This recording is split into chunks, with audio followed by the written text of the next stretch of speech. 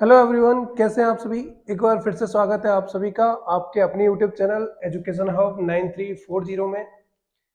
हम काफ़ी समय से वीडियो अपलोड नहीं कर पा रहे थे, उसके पीछे कुछ कारण है, कुछ समस्याएं आ गई थी जिसके कारण हम लगभग 20 से 25 दिन से वीडियो अपलोड नहीं कर पा रहे थे।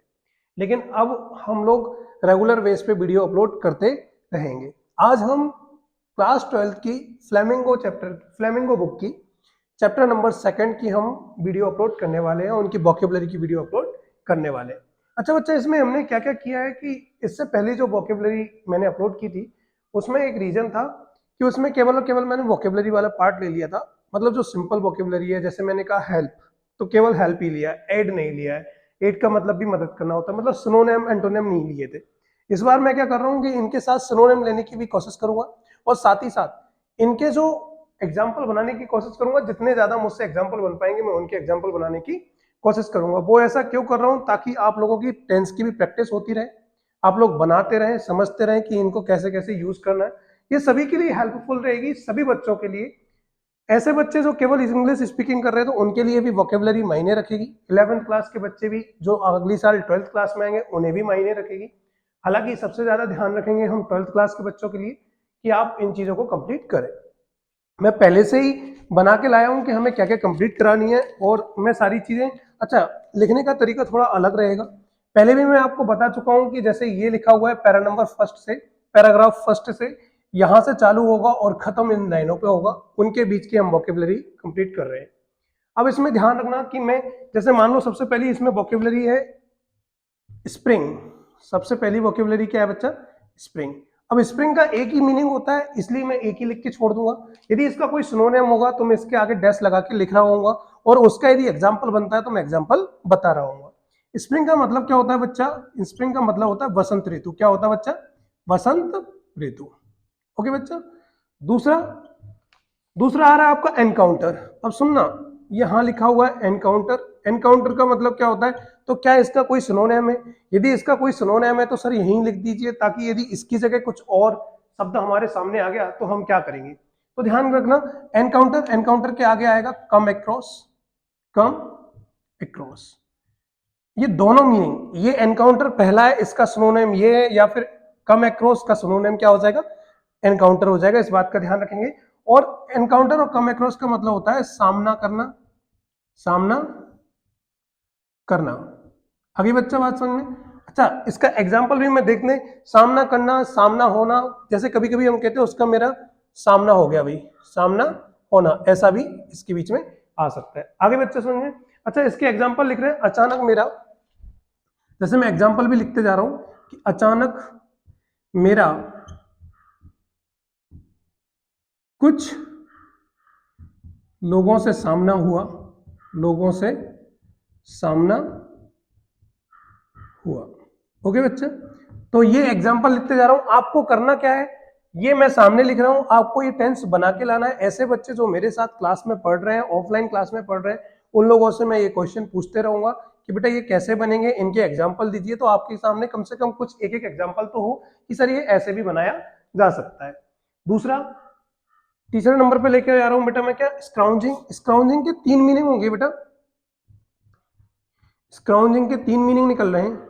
स्क्राउंजिंग हो गया, एक हो गया बच्चा सर्चिंग। क्या हो गया बच्चा? सर्चिंग। और एक हो गया लुकिंग। क्या हो गया बच्चा? लुकिंग। ठीक है बेटा। तो स्क्राउंजिंग, सर्चिंग या लुकिंग, यानी खोजते हुए, देखते हुए, ऐसे भी कर सकते हो आप, खोजते हुए। हुए क्यों लगाया बेटा? क्योंकि ध्यान रखना ये पार्टिसिपल के रूप में काम करेगा। जहां आईएनजी लगा रहा हूं, इनमें तो एक रूप से पार्टिसिपल के रूप में काम करेगा, इसलिए इसके पीछे क्या लगा रहा हूं? खोजते हुए।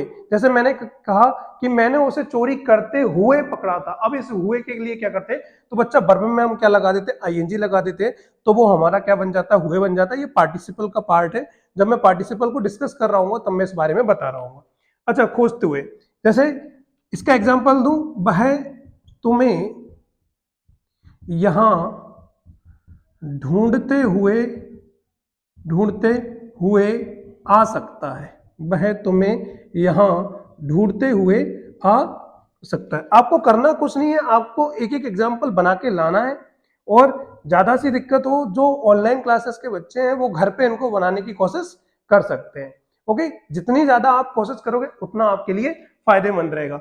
अगला है बच्चा गार्बेज और रवेज।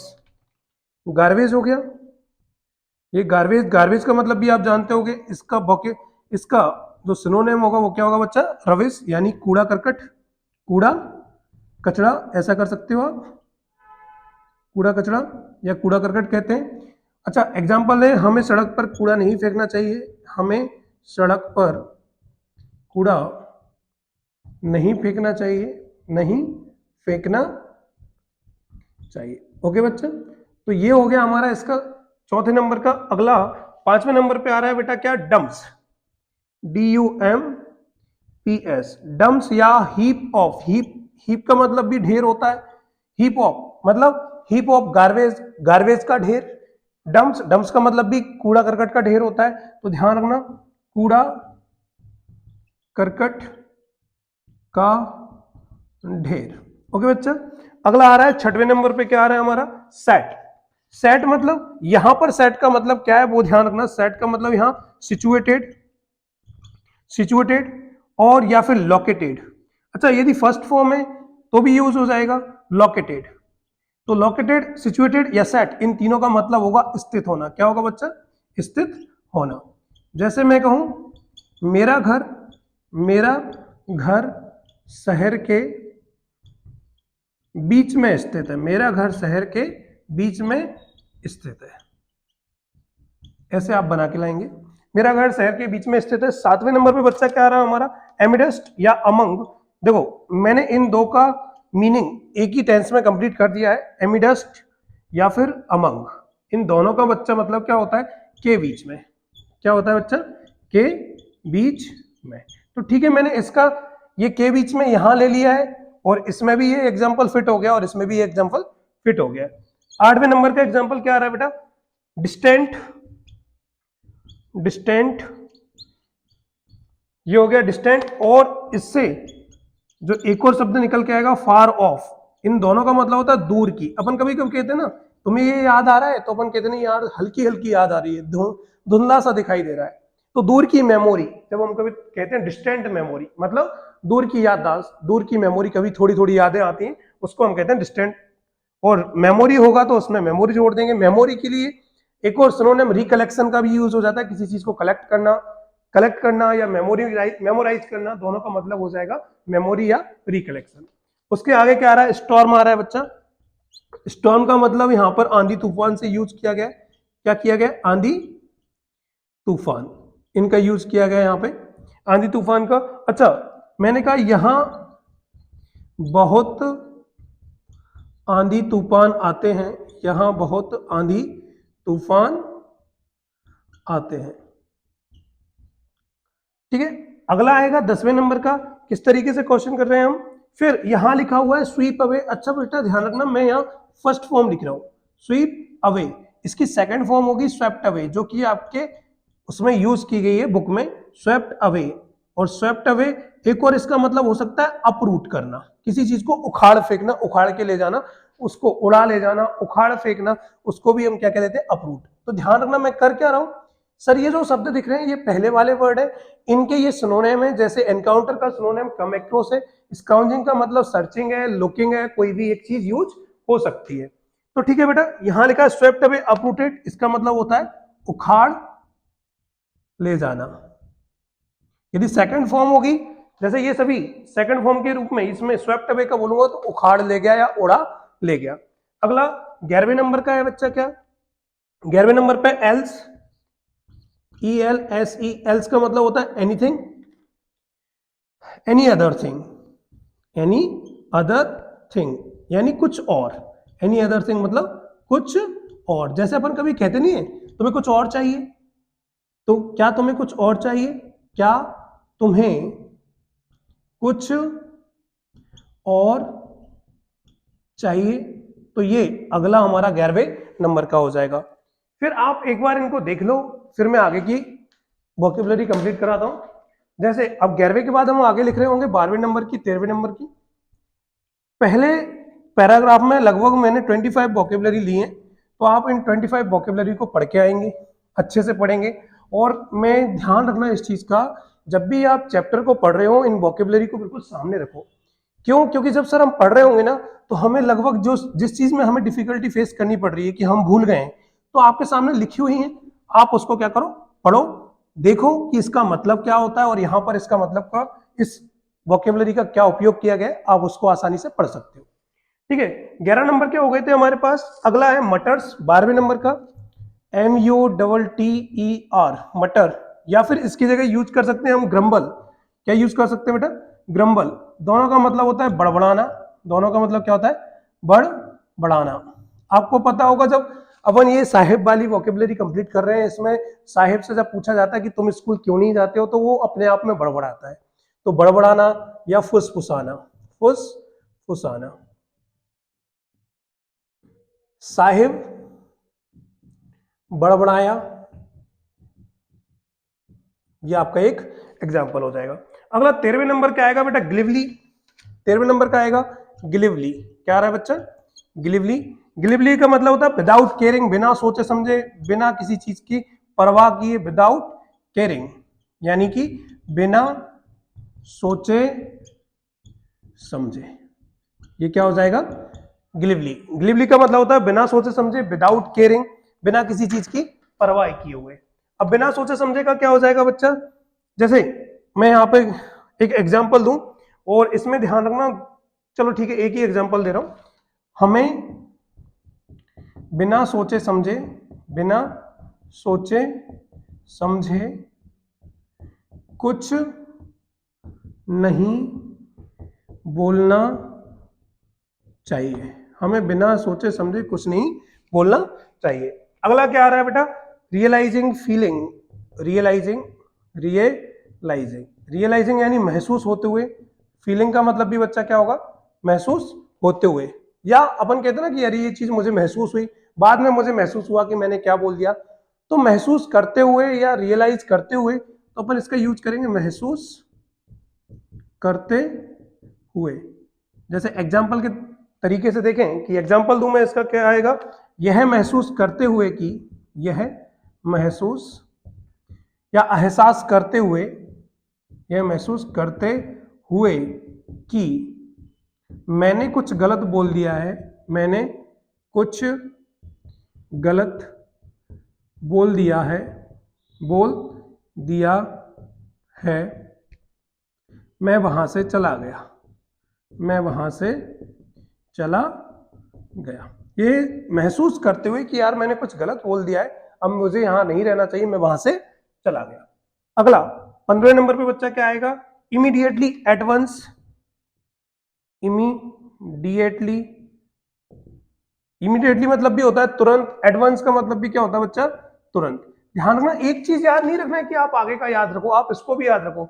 आपके एग्जाम में कुछ भी पूछा जा सकता है, जरूरी नहीं है कि ये मिले, ये भी मिल सकता है। और एक सिनोनिम क्यों पढ़ाए जाते हैं? ताकि बच्चा फंसे नहीं कि यदि इसकी जगह कोई शब्द आ गया तो हम क्या करेंगे। तो ध्यान रखना, इसीलिए हमको ये पढ़ना है कि मटर का सिनोनिम क्या हो जाएगा? ग्रम्बल हो जाएगा। आगे क्या आ रहा है? इमीडिएटली, एडवांस हो गया। अच्छा, इसका मतलब होता है तुरंत। इसका एग्जाम्पल कैसा क्या होगा? हमें यहां से तुरंत निकलना चाहिए, हमें यहां से तुरंत निकलना चाहिए। ओके बच्चे, हमें यहां से तुरंत निकलना चाहिए। अगला 16वें नंबर पे क्या आ रहा है हमारे? हॉलो। हॉलो या एम्प्टी, हॉलो या एम्प्टी मतलब खाली या खोखली।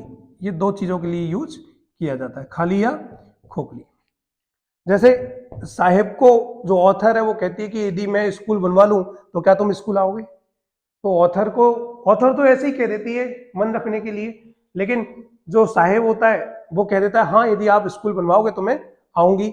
लेकिन उसे महसूस कब होता है? जब वो ऑथर कुछ दिनों जब वो साहेब कुछ दिनों बाद ऑथर से दोबारा से मिलता है और वो उससे पूछता है क्या आपका स्कूल बन गया है, तब उसे लगता है कि नहीं यार मैंने खाली प्रॉमिस कर दिए थे, खोखले प्रॉमिस कर दिए थे जिसका कोई मतलब नहीं होता है। तो जैसे हम कभी ऐसा इसका एग्जाम्पल भी बना सकते हैं कि हमें खाली या खोखले वादे नहीं करने चाहिए, हमें खोखले वादे नहीं करने चाहिए, हमें खोखले वादे नहीं करने चाहिए। बच्चा मैं ये चाहिए पे ज्यादा क्यों ले रहा हूं? क्योंकि मैं चाहता हूं कि आपके एक एक टेंस दोबारा से रिपीट हो जाए। जब इतने सारे टेंस आप एक ही टेंस पे यूज करेंगे, जैसे हम ज्यादातर मैंने चाहिए पे यूज किए, यदि आप एक बार इसका उपयोग करेंगे, अगली बार मैं दूसरे टेंसों का यूज करूंगा तो उससे कुछ नहीं होगा, आपका रिपीटिशन हो जाएगा। यदि आप रिपीट करते रहेंगे तो आपके दिमाग में वो बना रहेगा कि हमें क्वेश्चन कैसे बनाना है। बहुत सारे बच्चे ऐसे हैं जो इन चीजों से बहुत डरते हैं, जबकि मैं आपसे कहूंगा कि डरने की कोई जरूरत नहीं है। जिस चीज से आप डरते हो आप उसी को हथियार बना सकते हो, बशर्ते आप उसमें थोड़ा सा जज्बा लेके आए, उसके लिए डरे नहीं। अच्छा एक चीज बताओ, आपके 5 सब्जेक्ट हैं या 6 सब्जेक्ट है, 6 सब्जेक्ट में से यदि आपके 5 सब्जेक्ट अच्छे हैं, एक खराब है, इसका मतलब क्या है, आप 5 पे तो पकड़ बना ही चुके हैं। पकड़ किस पे बनानी है, 6वीं पे बनानी है। तो क्यों, कैसे बनेगी, तो उसको थोड़ा ज्यादा एक्स्ट्रा टाइम देंगे, और जैसे ही एक्स्ट्रा टाइम देंगे कुछ समय बाद हमें समझ में आने लगेगा कि हमारे 6 ही सब्जेक्ट्स पे क्या हो गई, कमांड हो गई है। अगला क्या आ गया 17वें नंबर पे, हाफ जोकिंग। हाफ जोकिंग मतलब मजाकिया लहजे में। अपन मजाक मजाक में नहीं कहते, ऐसे भी लिख सकते हो मजाक मजाक में, मजाक मजाक में ऐसे भी कह सकते हो, या मजाकिया लहजे में ऐसे भी कह सकते हो। मैंने उसे, इसका एग्जांपल लिखना, मैंने उसे मजाकिया लहजे में कहा, मैंने उसे मजाकिया लहजे में कहा, मैंने उसे मजाकिया लहजे में कहा। 18वें नंबर पे क्या आ रहा है बच्चा, 18वें नंबर पे आ रहा है एम्ब्रास्ड या कंफ्यूज। यहां एम्ब्रास्ड का मतलब बच्चा किससे हो रहा है, परेशान से हो रहा है। एम्ब्रास्ड या कंफ्यूज, बच्चा ध्यान रखना थोड़ा, कभी कभी क्या हो जाता है स्पेलिंग बोल कुछ जाता हूं, लिख कुछ देता हूं, तो ध्यान रखना यदि गलती हो जाए तो आप उसको सुधार लेना। कंफ्यूज मतलब परेशान। अच्छा कंफ्यूज का मतलब परेशान नहीं होता है, लेकिन इन दोनों का मतलब यहाँ पे परेशान के रूप में लिया गया है। अगला 19वें नंबर की वोकेबलरी क्या है हमारी, अच्छा अबाउंड, किसी भी चीज की प्रचुरता। प्रचुरता मतलब अत्यधिकता, एक्सेस, बहुत सारी चीजों की अबाउंड हो गया। अबाउंड की जगह हम क्या यूज कर सकते हैं, फुल ऑफ, ये यूज कर सकते हैं। और एक और चीज क्या यूज कर सकते हैं, फाउंड इन प्लेंटी, काफी अत्यधिक मात्रा में पाया जाना, फाउंड इन प्लेंटी। तो प्रचुर यानी काफी अत्यधिक मात्रा, काफी ऐसा लिख सकते हैं, अत्यधिक मात्रा ऐसा लिख सकते हैं, और प्रचुर लिखना हो तो आप प्रचुर लिख सकते हो। 20 नंबर की क्या रहेगी हमारी, 20 नंबर का आ रहा है लॉर्ड या मास्टर, यहां पर यूज होगा लॉर्ड या मास्टर, जिसको हम स्वामी कहते हैं। किसी भी चीज का, जैसे कहते हैं ना भगवान के लिए यूज होता है लॉर्ड, और भगवान के लिए तो होता ही है, साथ ही साथ पहले पुराने समय में राजा महाराजाओं से कहते थे माय लॉर्ड, मेरे भगवान, ऐसे यूज किया करते थे, तो उसके लिए भी यूज होता था। 21वें नंबर पे क्या आ रहा है बच्चा, hard time, difficult time. Hard time या डिफिकल्ट टाइम क्या आएगा बच्चा, हार्ड टाइम या डिफिकल्ट टाइम। इसका मतलब क्या हो जाएगा, कठिन समय, कठिन समय। एग्जाम्पल लेना चाहो तो ऐसे लिख लो, हमें कठिन समय में उनका साथ देना चाहिए, हमें कठिन समय में उनका साथ देना चाहिए, साथ देना चाहिए। ये जो मैं लिख रहा हूं ऑफलाइन क्लास के बच्चों, आप इनको लेके आओगे, इनके एग्जाम्पल आप बना के लाओगे, ताकि समझ में आएगा कि आपकी लैंग्वेज सही चल रही है या नहीं चल रही है। 22वें नंबर पे क्या आएगा बच्चा, 22वें नंबर पे है रिप्रेजेंट करना। किसी चीज को हम रिप्रेजेंट करते हैं यानी प्रतिनिधि के रूप में काम करते हैं, तो क्या हो जाता है रिप्रेजेंट करना। रिप्रेजेंट यानी प्रतिनिधि या प्रतिनिधित्व करना, प्रतिनिधि कह सकते हैं, या इसकी जगह क्या कर सकते हैं, प्रतिनिधित्व करना।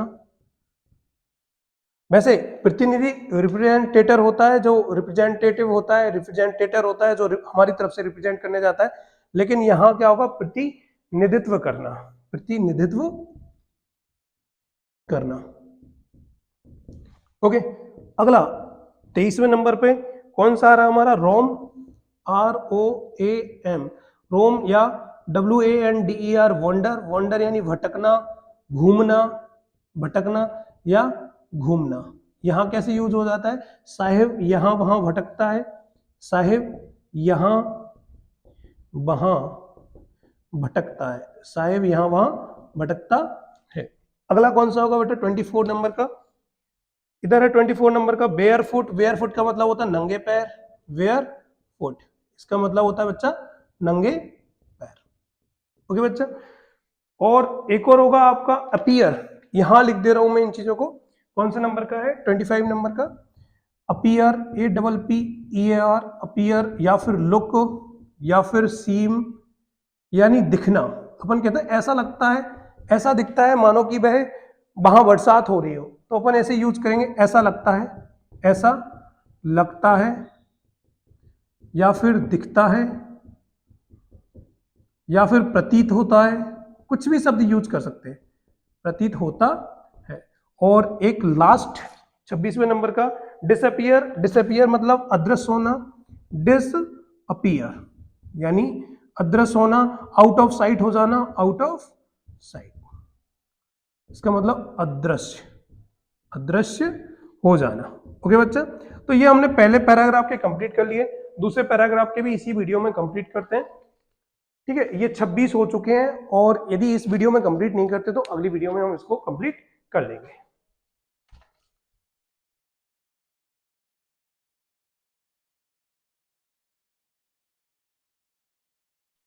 कारण क्या है बच्चों कि आज मैं यहाँ अकेला हूं, तो यहाँ साथ में कोई है नहीं है, इसीलिए मुझे एक बोर्ड से हटके जाना पड़ रहा है। दूसरा भी अपन इसमें ही कंप्लीट कर ले रहे हैं, लगभग 2 पैराग्राफ तो एक बार में हम लोग कंप्लीट कर लें तो अच्छा रहेगा, ताकि आपको समझ में आ जाएगा। बेटा एक बार कोशिश करके देखो, सारी चीजों को 2-2 3-3 बार पढ़ के देखो, आपको याद हो जाएगा। आप विश्वास करिए, आप सब कुछ कर सकते हैं, बस दिक्कत ये है कि हम उसको करना नहीं चाहते। कारण वही हो जाता है कि हम उसको करते नहीं है, नहीं तो हमसे क्या बचा है भाई, सारी चीजें हो जाती हैं, इतने बड़े बड़े गाने याद हो जाते हैं हमको, तो ये तो छोटी मोटी वोकेबलरी है, आसानी से होती है, करने से सब कुछ होता है। आपको इस बात का ध्यान रखना चाहिए, जब तक करोगे ही नहीं होगा क्या। इसलिए पढ़ाई पे फोकस करो, क्योंकि एग्जाम आपके बहुत नजदीक आ गए, हद से ज्यादा पास में आ गए। मतलब ये जैन खत्म, कुछ दिनों, फरवरी का पता ही नहीं चलता है, फरवरी ऐसे खत्म होती है जैसे हाथ में से पतली रेत खत्म होती है ना, मुट्ठी में से, उस तरीके से फरवरी खत्म हो जाती है, समझ में नहीं आता है। हमें लगता है कि we have a plenty of time, अभी तो काफी समय है, लेकिन ऐसा नहीं होता है बेटा, काफी समय नहीं है, हमें उसको तैयार करके चलना है। चलो अगला पैराग्राफ कंप्लीट करते हैं अपन लोग। उम्मीद करता हूं आपको इससे मदद मिल रही होगी, ज्यादा नहीं तो लगभग 50% तो आपको इससे मदद मिलेगी, क्योंकि ये हर एक चीज में आपकी मदद करेंगे। कैसे मदद करेंगे? देखो बेटा, सबसे पहली बात तो आपको ये पता चलेगा कि इनका वर्ड मीनिंग का मतलब क्या होता है। तो आप जब पैराग्राफ पढ़ रहे होंगे तो आपको समझ में आएगा कि अरे इसका मतलब ये है, हम बिना अटके आगे बढ़ जाएंगे। बेटा जब मैं छोटा था, शायद 8th या 9th क्लास में पढ़ता था, मुझे आज भी याद है कि मेरे घर में दीपावली के समय में एक पोस्टर आते ना, पोस्टर, तो वो सीनरी टाइप के लेके आए थे। उस सीनरी पे 5 से 6 लाइनें लिखी हुई थी, छोटी छोटी लाइनें लिखी हुई थी, मुझे सब कुछ समझ में आ गया था। लेकिन एक वर्ड उस समय, जब मैं 8th या 9th क्लास में था, पूरा याद नहीं है मुझे, मुझे उस एक वर्ड ने रोक दिया था। वो एक वर्ड था शैडो, शैडो का मतलब छाया। उस एक वर्ड ने रोक दिया था मुझे पूरा का पूरा मीनिंग निकालने पे। तो वही मैं आपसे कह रहा हूं, यदि आपके पास वोकेबलरी 1 या 2 वोकेबलरी नहीं है और आपको सब कुछ आ रहा है और उन 2 वोकेबलरी का मीनिंग नहीं आ रहा, इसका मतलब आप जानते हैं आप फंस गए हैं। इसलिए मैं आपसे कह रहा हूं कि आप इसको क्या करें, कंप्लीट करें। चलो ये वाला सेकंड वाला पैरा बहुत जल्दी हो जाएगा। इसमें कहां से चालू हो रहा है? ये हो रहा है why aren't you wearing, why aren't you wearing, why aren't you wearing, chappals होगा यहाँ पे, ठीक है। और इसके आगे लिखा है what many others like rag pickers, what many others like rag pickers, यहां तक ये जा रहा है। ओके बच्चा, इस बात को थोड़ा सा ध्यान रखना। चलो इसका पहला क्या है? कमेंट। पहला है बच्चा कमेंट। आप सभी लोग जानते हैं कमेंट करना, मैं आपसे कहता हूं कमेंट करो, उसका हिंदी मतलब होता है टिप्पणी करो। टिप्पणी तो ज्यादातर नहीं समझते, फिर भी कमेंट सब लोग समझ जाते हैं कि आप कमेंट करें, आपकी तरफ से बताएं, जैसे एक फीडबैक के रूप में देते हैं, तो वो हम कमेंट ही करते हैं। तो कमेंट करना, या फिर किसी को रिमार्क देना, या फिर ऐसे कहें पास अ रिमार्क, एक रिमार्क पास करना, उसका मतलब क्या होगा? टिप्पणी करना। इसका मतलब क्या होगा बच्चा? टिप्पणी करना। और इसका एग्जाम्पल देखें, हमें या उन्हें अनुचित अनुचित टिप्पणी नहीं करनी चाहिए, उन्हें अनुचित टिप्पणी नहीं करनी चाहिए। ओके बच्चा, पहला हो गया। दूसरा क्या रहेगा बच्चा? दूसरा रहेगा सफल्स करना।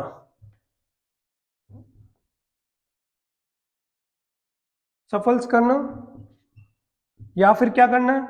कीप शिफ्टिंग, अपने आप को बदलते रहना। कीप शिफ्टिंग यानी बदलते रहना। अब आपको पता होगा, यदि आप मैच वगैरह देखते होगे तो जो खिलाड़ी यहाँ खड़ा होता है वो इस तरीके से रहता है, अपने पैरों को सफल करता है, कभी आगे बढ़ता है कभी पीछे आता है, वो सफल करता है, बदलते रहता है, चेंज करता रहता है, उसको ही हम क्या कहते हैं? सफल करना, बदलते रहना। तीसरे नंबर पे क्या आ रहा है? लैक।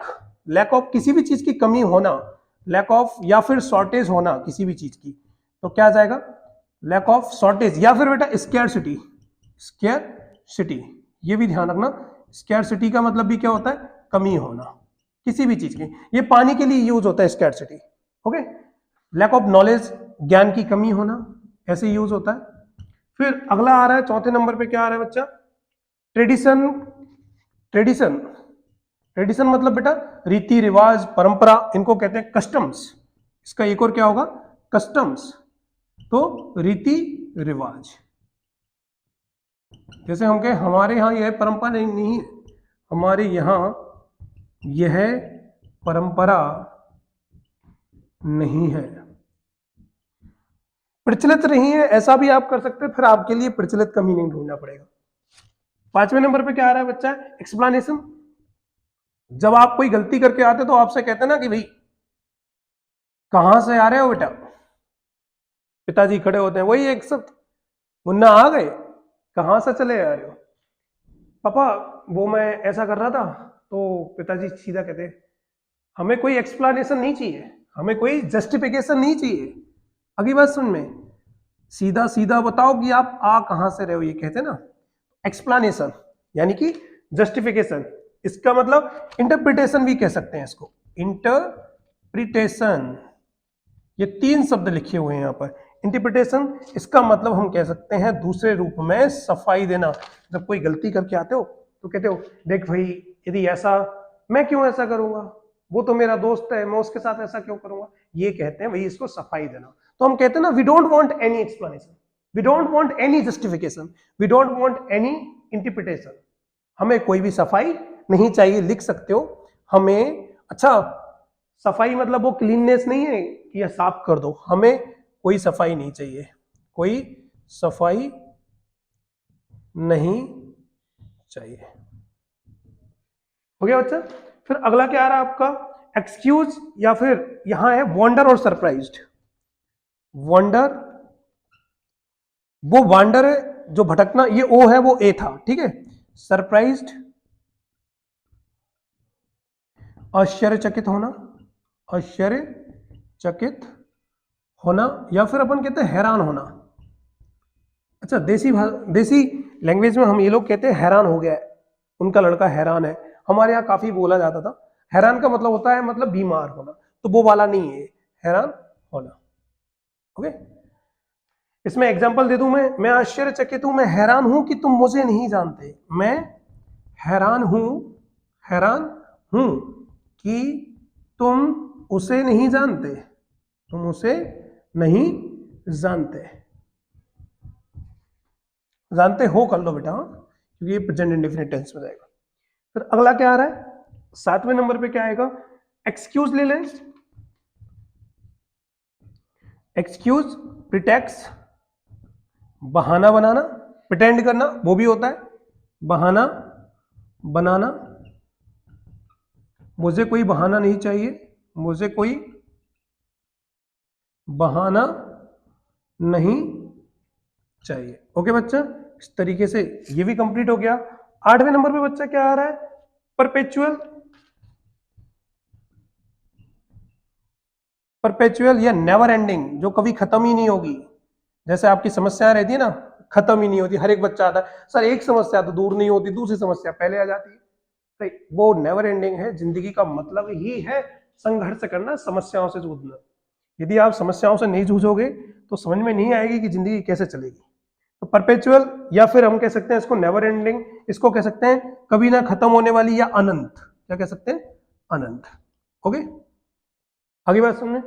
उसका आगे या लिख सकते हो कभी ना समाप्त होने वाली, कभी ना समाप्त होने वाली, जैसे गरीबी, इट्स अ परपेचुअल पॉवर्टी।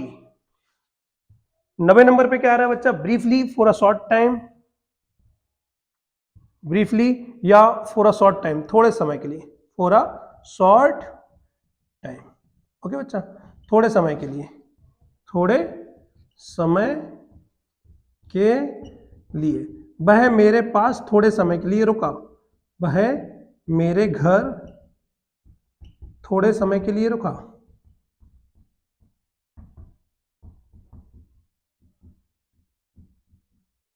ऐसा कर सकते हैं। अगला क्या आ रहा है बच्चा, अगला आ रहा है सबमर्ज्ड होना, किसी चीज में तल्लीन हो जाना, डूब जाना, ड्राउंड कर सकते हो आप इसको, या सबमर्ज्ड,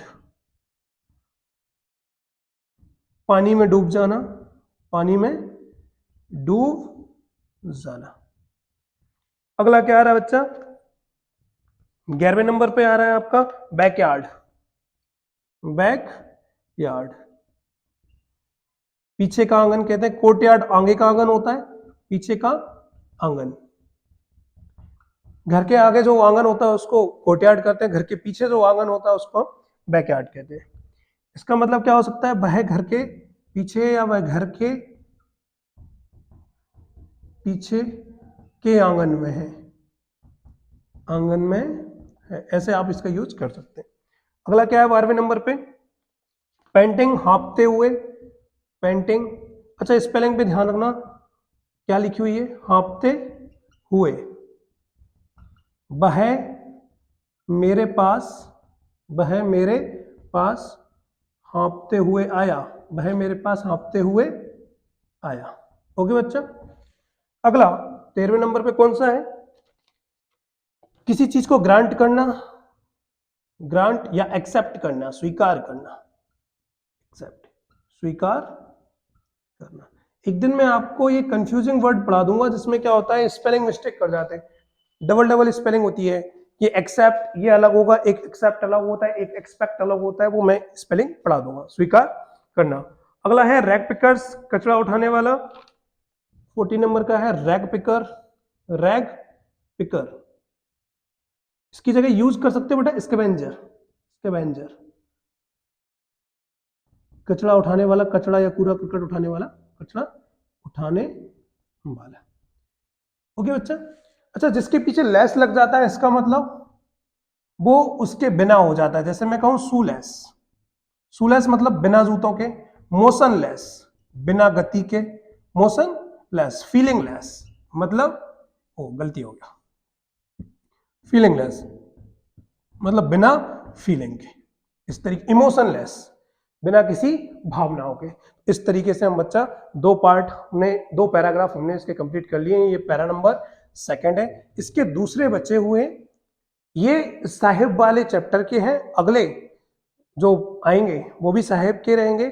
उसके बाद जो अगली वीडियो आएंगी उसमें हम बात कर रहे होंगे किसके, Mukesh, I want to become a driver, I want to drive a car, उस वाले पूरे के पूरे लेसन की हम बात कर रहे होंगे। तब तक आप लोग अपना ध्यान रखिए और पढ़ते रहिए क्योंकि आपके एग्जाम नजदीक है।